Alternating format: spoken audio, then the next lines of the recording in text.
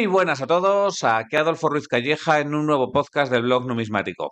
En este caso vamos a hablar de moneda andalusí y más concretamente de doblas nazaríes.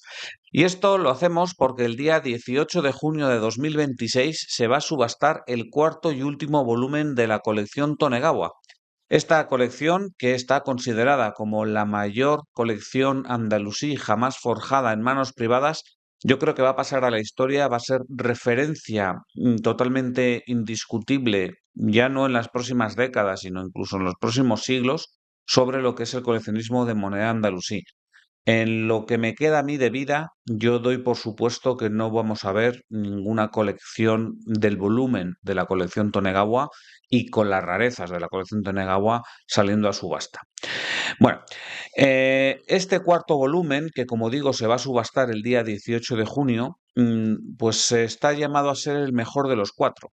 Esto es algo que parecía imposible viendo los tres anteriores, pero viendo el cuarto ahora, pues dices, pues es que es mejor que el anterior, es que cada uno ha sido mejor, más sorprendente que el anterior. Hay tantas monedas interesantísimas que no sabía qué elegir a la hora bueno, de hacer el vídeo que ya publiqué, ni tampoco de hacer el estudio, ¿no? El artículo que suelo escribir cuando hay subastas de este nivel y el podcast que le acompaña, que es este podcast presente. Entonces, bueno, pues he seleccionado tres doblas nazaríes que tienen en común, pues por un lado, el ser doblas nazaríes y por otro lado, la extrema rareza. Entonces, bueno, si os parece bien, vamos a hacer una pequeña introducción a lo que es la dobla nazarí y luego nos vamos a fijar en estas tres que ya digo que son rarísimas, la de Ismail II, la de Yusuf II y la de Boabdil. Bueno, digamos que para hablar de la dobla nazarí, pues habría que entender que el reino nazarí nació de la mano de Muhammad I. Muhammad I le llamaban Alamar, que significaba el rojo, ¿no? Y este nació en el año 1238 de nuestro calendario. A ver, fue un reino independiente bueno, yo creo que en su momento nadie daría un duro por él, diría, bueno, este reino va a durar aquí muy poco, pero, oye, pues se mantuvo como eso, reino independiente y además un reino muy rico dentro de la península ibérica, que ya estaba totalmente rodeada por reinos cristianos, pero era un reino que provenía del imperio almohade. Y esto es algo muy importante para entender la dobla. Bueno, em, esta riqueza del Reino de Granada pues se debía fundamentalmente al comercio. Estaba colocado pues ahí digamos, cerca del estrecho de Gibraltar, en un punto estratégico que permitía relacionar el África subsahariana con Europa, ¿no? Entonces, bueno, pues había mucho comercio de oro, había comercio de seda, bueno, pues esto permitió que el reino nazarí de Granada pues sobreviviese 2 siglos y pico más y además que fuese un reino bastante rico. Por supuesto que también ayudó el buen gobierno de algunos emires y también, por supuestísimo, pues que Granada es un lugar muy montañoso y muy difícil de conquistar. O sea, es, digamos, una fortaleza natural. Bueno, como dije, es un reino que nace del colapso del imperio almohade, ¿no? Sería casi, casi, casi como si fuese una taifa almohade, ¿no? Claro, esto explica el por qué la dobla aparece como una moneda pues muy semejante al dinar almohade, ¿no? Es una moneda de 4,65 gramos de oro, de altísima pureza, donde, bueno, lo que tiene es, tanto en anverso como en reverso, un cuadrado inscrito, o sea, hay un cuadrado inscrito en el anverso y otro en el reverso, de forma que tanto anverso como reverso queda dividido en 5 áreas. Un área central, cuadrada, y luego 4 lóbulos, ¿no? En cada uno de los lados. Bueno, pues esta es la estructura que tienen todas las doblas nazaríes. Y además tienen otro punto en común, y es que ninguna de ellas aparece ningún tipo de dibujo, ni imagen, ni nada por el estilo. En algunas muy raras, como la de Boabdil, que ya voy a decir, puede aparecer algún adorno. ¿no? Pero no tanto como como una representación gráfica y nada por el estilo.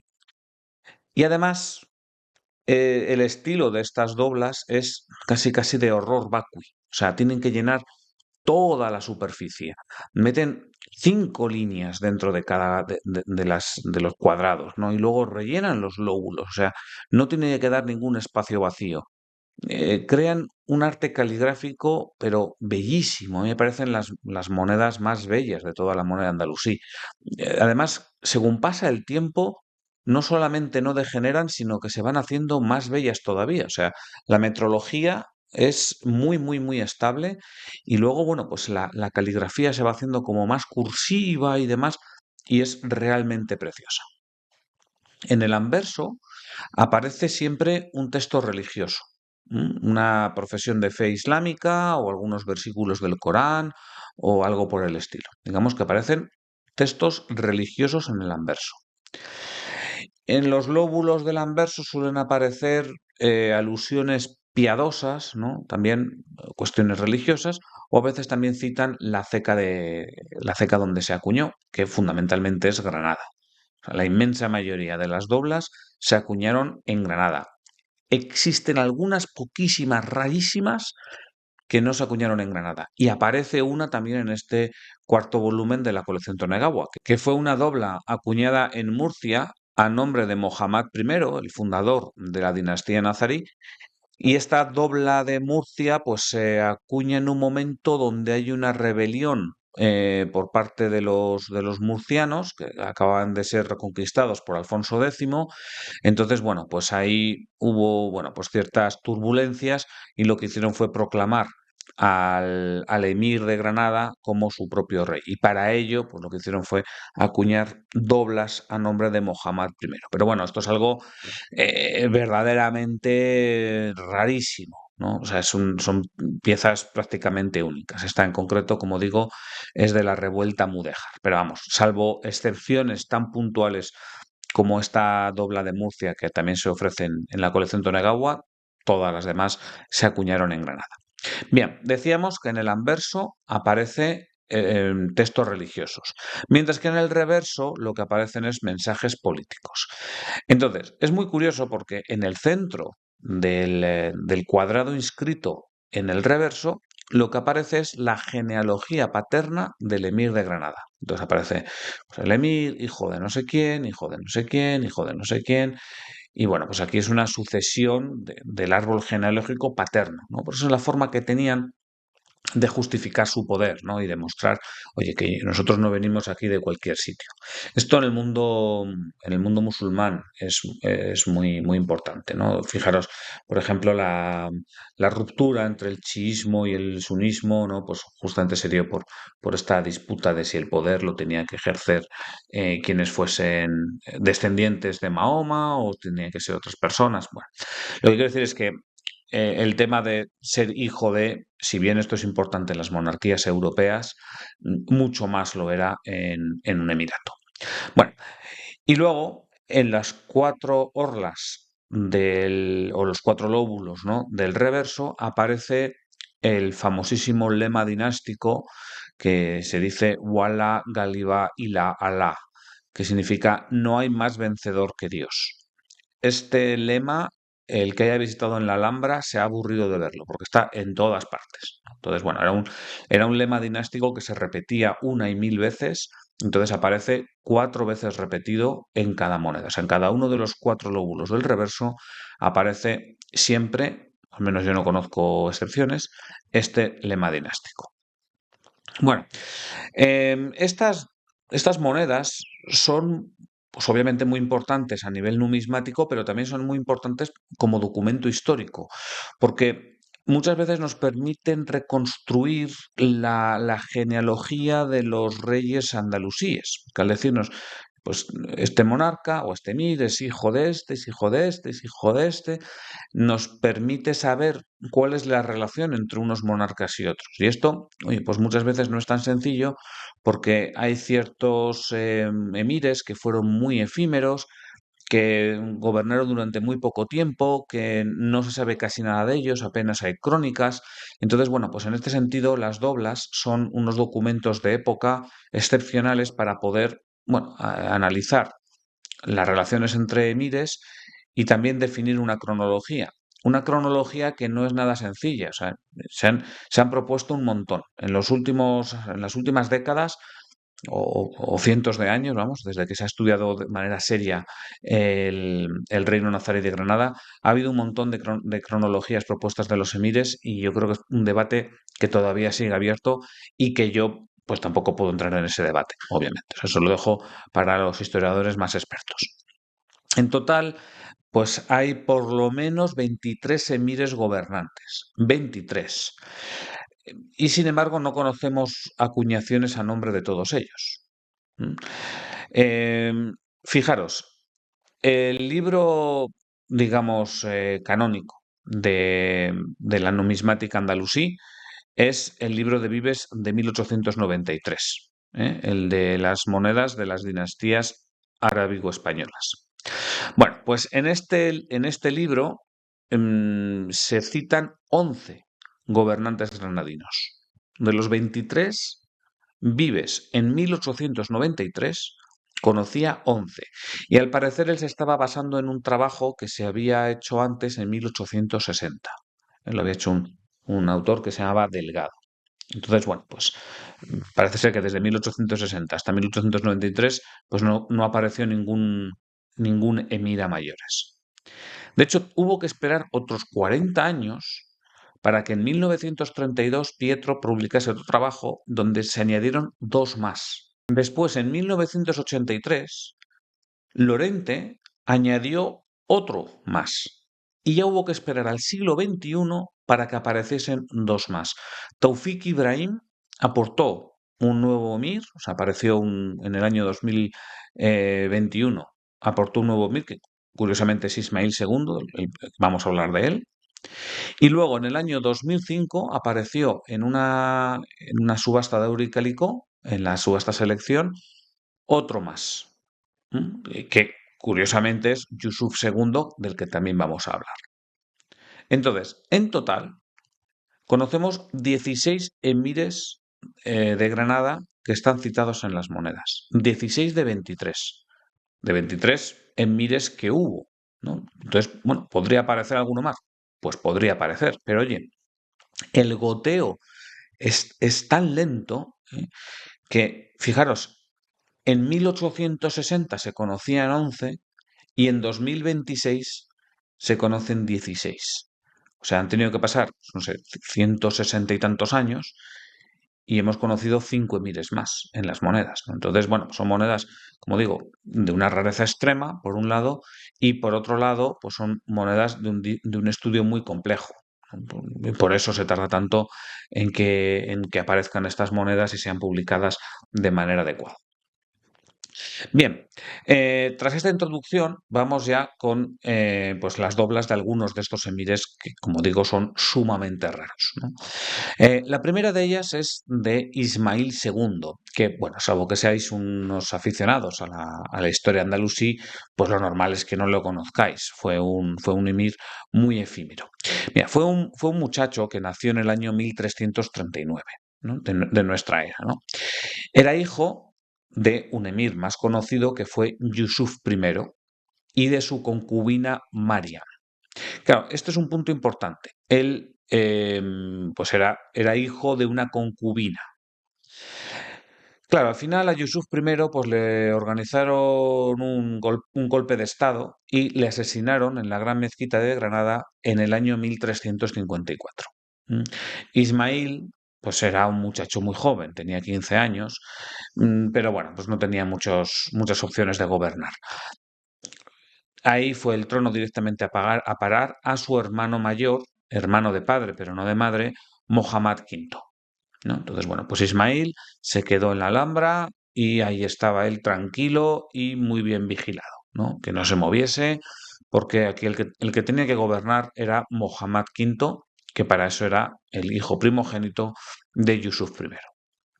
Y efectivamente, pues Muhammad V empezó a gobernar.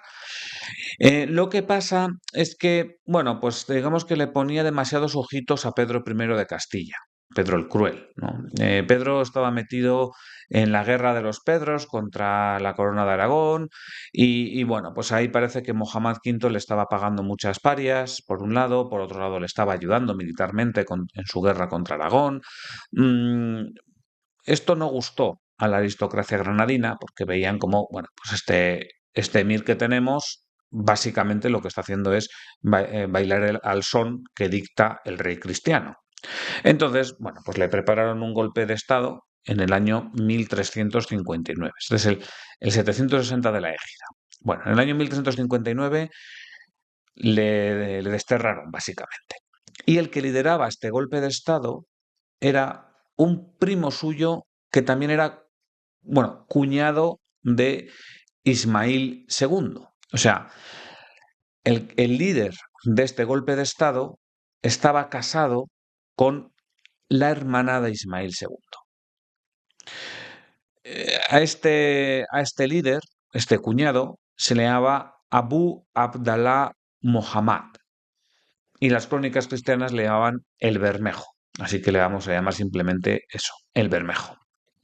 Bueno, el Bermejo, digamos que quitó a Mohammad V y dijo, bueno, pues voy a poner de rey a Ismail II, a mi cuñado, ¿no? Porque basta que mi cuñado es hijo de Yusuf I, pues le pongo como un rey títere y ya está. Así que, bueno, pues ahí estaba Ismail gobernando nominalmente, pero realmente no gobernaba. El que gobernaba era el Bermejo. Bueno, ¿cómo continuó esto? Pues no duró mucho Ismail II como emir, porque al final el propio Bermejo le preparó otro golpe de estado, simplemente le asesinó, y el Bermejo se puso él mismo como emir y pasó a ser Mohammad VI de Granada. Bueno, digamos que el bueno de Ismail II pues apenas gobernó unos meses, un año y poco, como 20 meses, una cosa así. Entonces, bueno, pues lo que sorprende es que se haya acuñado alguna moneda a su nombre, ¿no? Porque por un lado el gobierno fue muy pequeño y por otro lado fue un gobierno donde él no llegó a gobernar, donde el que gobernó era su cuñado. Pero bueno, se acuñó una dobla, o al menos una dobla que llegó a nuestros días. Bueno, esta dobla, que os podéis imaginar que es extremadamente rara y codiciada, fue estudiada por Taufik Ibrahim en el año 2001. ¿Vale? Y entonces ahí nos dice que en el anverso aparece un texto del Corán que dice, oh Dios, dueño del dominio, tú das el dominio a quien quieres, retiras el dominio a quien quieres, exhalas a quien quieres y humillas a quien quieres. En tu mano está el bien. Mientras que en los lóbulos del anverso lo que indican es, en el nombre de Dios, el compasivo, el misericordioso, Dios bendiga a nuestro Señor Mohammad y su familia. Vuestro Dios es un único Dios. No hay más Dios que Él, el compasivo y el misericordioso. Fijaros la cantidad de texto para una sola moneda. O sea, esto está todo, pero apretadísimo. En el reverso, como dije, lo que aparece es un mensaje político y en el centro, pues como tiene que ser, aparece la genealogía de Ismail II. Y lo que indica es, el emir Abd Allah Ismail, hijo del emir de los musulmanes Abi al-Hayya Yusuf, hijo del emir de los musulmanes Abi al-Walid Ismail, hijo de Nasser. Que Dios le ayude. Fijaros cómo va relacionando a Ismail con su padre Yusuf, con su abuelo Ismail y con su bisabuelo Nasser. Bueno, y luego ya para concluir, pues como dije, siempre aparece en los lóbulos del reverso el lema no hay más vencedor que Dios, así que bueno, pues esta moneda no es una excepción. Y bueno, pues ahí tendríamos la única dobla a nombre de Ismail II, nada menos. ¿Qué pasó después? O sea, ya hemos dejado a Ismail II y falleció y se puso su cuñado como emir, pasando a ser Mohamed VI, aunque le llamaban el Bermejo, las crónicas cristianas. Bueno, pues lo que pasó es que su reinado no fue muy amplio, digamos. Al final, bueno, pues él quiso hacer las paces con Pedro I. Pedro I no le rió las gracias, dijo, oye, tú que has quitado aquí a Mohamed V, que era mi aliado, tú que has matado a Ismael II, pues aquí te voy a aplicar la misma pena. Y Pedro I mató en Sevilla a Mohamed VI. Después de esto, pues se llamó a Mohamed V, este que era aliado de Pedro I y que estaba en el destierro, que volviese a Granada y que se hiciese cargo del reino de Granada. Y tal lo hizo y bueno, pues hubo un reino más o menos tranquilo durante 30 años. Ojo, que esto no era tan fácil porque fijaros que él era muy aliado de Pedro I y luego ahí hubo un cambio dinástico también en Castilla. Bueno, pues ahí supo, digamos, navegar esas aguas. Y bueno, pues Mohamed V estuvo gobernando de manera más o menos tranquila, falleció en su cama de muerte natural, ya siendo bastante mayor, en el año 1391. Entonces, bueno, pues una vez que él fallece, pues oye, pues pasa a ser el nuevo rey de Granada, su hijo Yusuf II. Claro, Yusuf II lo tenía difícil porque en cuanto él apareció empezó a haber un montón de intrigas paraciegas. O sea, aquí nadie estaba contento, todo el mundo quería agarrar al poder. Esto es muy normal, ¿eh? Cuando hay un monarca o un poder asentado durante muchísimo tiempo, luego hay gente cercana a ese poder que en cuanto cae el, el gobernante legítimo, todo el mundo quiere hacerse con ello, ¿no? Entonces, bueno, pues digamos que este cambio de monarca no fue tan sencillo como era de esperar. Al final, bueno, pues en extrañas circunstancias no tardó mucho en morir Yusuf II. De hecho, murió el año siguiente de ser nombrado. O sea, se cree que fue envenenado, pero tampoco está muy claro qué es lo que pasó. En cualquier caso, fue un gobernante verdaderamente efímero del que no se sabía nada en nivel numismático hasta el año 2005. O sea, hasta hace 20 años no se conocía ni una sola moneda de Yusuf II. Y ahí es cuando vino Áureo y en su subasta selección publicó un dinar, una dobla de Yusuf II. Bueno, pues esa era la primera moneda que apareció de Yusuf II y esta de la colección Tonegawa es la segunda moneda de Yusuf II. Por si la queréis tener como referencia, la del año 2005 tenía una conservación EBC, según Áureo, y se remató por 7.400 euros, más comisión. Y ahora aparece un ejemplar en conservación sin circular menos, también según Auri Calicó. O sea, digamos que los técnicos que han evaluado la calidad de ambas piezas son los mismos, con lo cual podemos entender que utilizan un mismo criterio. Con lo cual podemos entender que el ejemplar que ahora se ofrece es el segundo, pero es el mejor conocido de los dos. Y además no hay más monedas de Yusuf II. O sea, fijaros el nivel de rareza de la pieza. Bueno, si nos fijamos en la moneda, bueno, en su anverso podemos leer otro texto coránico. Es un texto que indica: Oh vosotros que creéis, tened paciencia, sed perseverantes, permaneced firmes y temed a Dios, quizá así prosperéis. Luego, en los lóbulos del anverso, lo que indica es: acuñado en la ciudad de Granada, que Dios la proteja. Así que aquí, como veis, no hay sí que hay una imploración a Dios, pero no hay una descripción de Dios en los lóbulos. Lo que hay es, bueno, pues la referencia a la ceca. En cuanto al reverso, pues de nuevo aparece la filiación de Yusuf II, ¿eh? Indica: el emir Abdalá, el que busca la ayuda de Dios, Yusuf, hijo de Mohammad, hijo de Yusuf, hijo de Ismail, hijo de Nasser, que Dios lo ayude y le conceda la victoria. Fijaros cómo aquí vuelve a ser el hijo de Yusuf, hijo de Ismail, hijo de Nasser, pero claro, como ha aparecido una digamos, una generación más, pues también cita a Mohammed. O sea, en este sentido, perdonadme el chiste, esto es un poco como la canción esta del Pollito Pío, ¿no? O de estas canciones infantiles, donde hay una ristra de elementos y según va pasando la canción se va añadiendo elementos nuevos. Bueno, pues aquí más o menos parecido. O sea, van citando la genealogía, la filiación del monarca y según van pasando generaciones, pues se van añadiendo nuevas, bueno, pues nuevas personas, ¿no? A esta afiliación. Bueno, pues en este caso ya no tendremos solamente el citar al padre, al abuelo y al bisabuelo, sino al padre, al abuelo, al bisabuelo y al tatarabuelo. Bien, luego, por supuesto, que en los lóbulos del reverso aparece el lema de siempre, no hay más vencedor que Dios. Bien, esto sería por parte de la segunda dobla que quería comentar.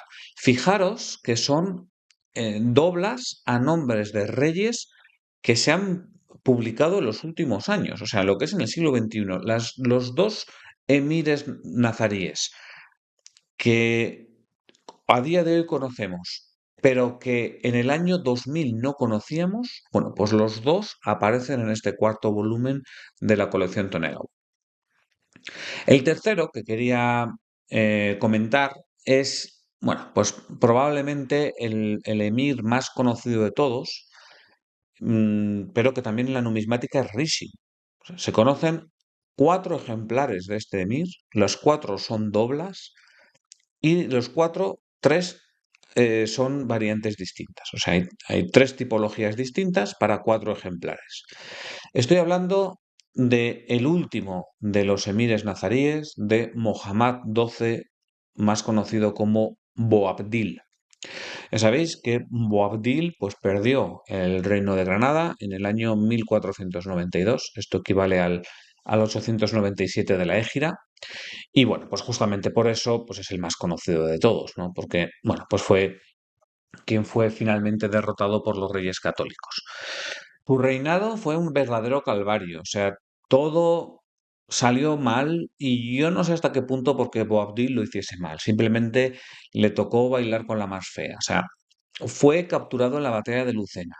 Luego tuvo una guerra civil contra su padre, Muley Hazen, y contra su tío, el Zagal, ¿no? Que así lo solemos llamar. Tuvo también que soportar ya el empuje enorme de los reyes católicos que, bueno, pues tenían el mejor ejército de su época contra Boabdil. Y, bueno, pues tuvo que presenciar también cómo su reino pues, se iba desangrando por momentos hasta llegar a desaparecer y convertirse en un territorio cristiano. Bueno, en una situación así, lo normal, lo que suele ocurrir es que la moneda se devalúa, ¿no? Se devalúa a nivel metrológico, va haciéndose cada vez con menos oro o con menos plata, va haciéndose cada vez más ligera, porque muchas veces, bueno, pues este tipo de situaciones ocurren en momentos donde la economía está muy mal y además hay que pagar a muchas tropas. Entonces, bueno, pues la solución que suele ocurrir es, bueno, pues devaluar la moneda. Además, el arte suele degenerar y suele hacerse un arte pues más tosco, propio de, bueno, pues de cecas provisionales, de acuñaciones que se hacen de manera rápida, descuidada, de cualquier manera. Bueno, eso es lo que suele ocurrir. Lo que ocurre en la práctica totalidad de las guerras y de las situaciones tan extremas como las que tuvo que vivir Boabdil. Pero aquí, en Granada, a finales del siglo XV, nada de esto ocurrió. La dobla nazarí siguió intacta y siguió mejorándose estéticamente hasta el ultimísimo momento. O sea, seguían pesando 4,6 gramos de oro puro.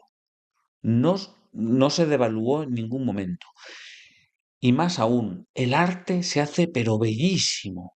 Yo creo que es ya una obra cumbre, o sea, es verdaderamente bonita la letra cursiva que tiene estas doblas, ¿no?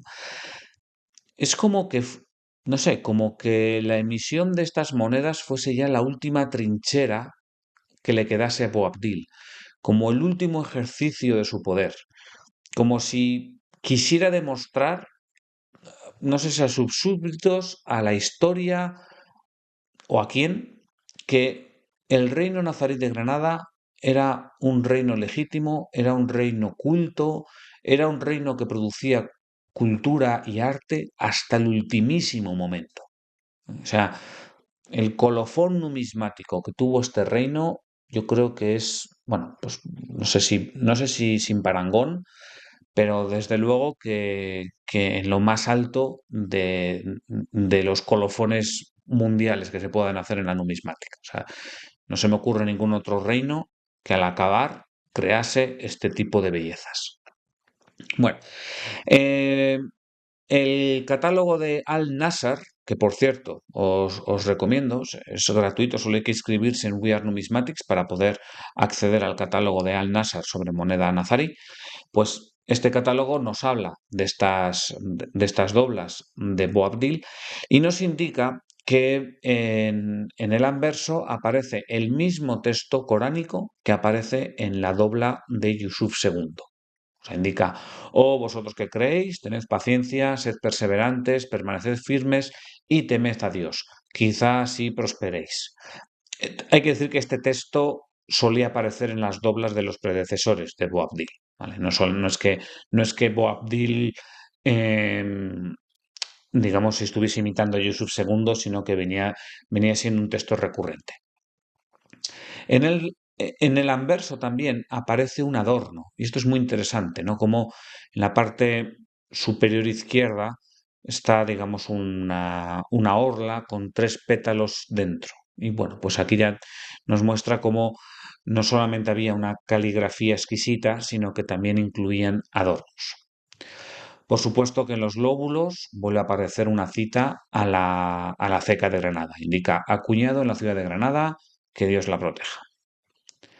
Bueno, en el reverso incluye la afiliación de Boabdil, que claro, aquí esto es larguísimo, porque ya han pasado varias generaciones, ¿no? Entonces, el juego este del pollito pío, pues aquí ya se hace complejísimo. O sea, fijaros lo que indica. Abdalá el victorioso por Dios, Mohammad, hijo de Ali, hijo de Saúd, hijo de Ali, hijo de Yusuf, hijo de Mohammad, hijo de Yusuf, hijo de Ismail, hijo de Nasser. O sea, fijaos, ¿no? Luego indica que Dios le ayude y le conceda la victoria. Bueno, también daros cuenta de lo apretado que tiene que estar todo este texto, ¿no? En el reverso. Bueno, este horror vacui se va haciendo cada vez más asfixiante, pero cada vez más bello. O sea, me parece, pero preciosa esta moneda. En la leyenda indica no hay más vencedor que Dios, que, bueno, pues es de nuevo el lema del reino nazarí y vemos cómo también llega hasta sus últimos momentos. Y bueno, pues estas eran las 3 doblas que yo quería comentar. Las 3 doblas aparecen en la colección de Tonegawa, en el cuarto volumen, que se va a subastar el 18 de junio de 2026.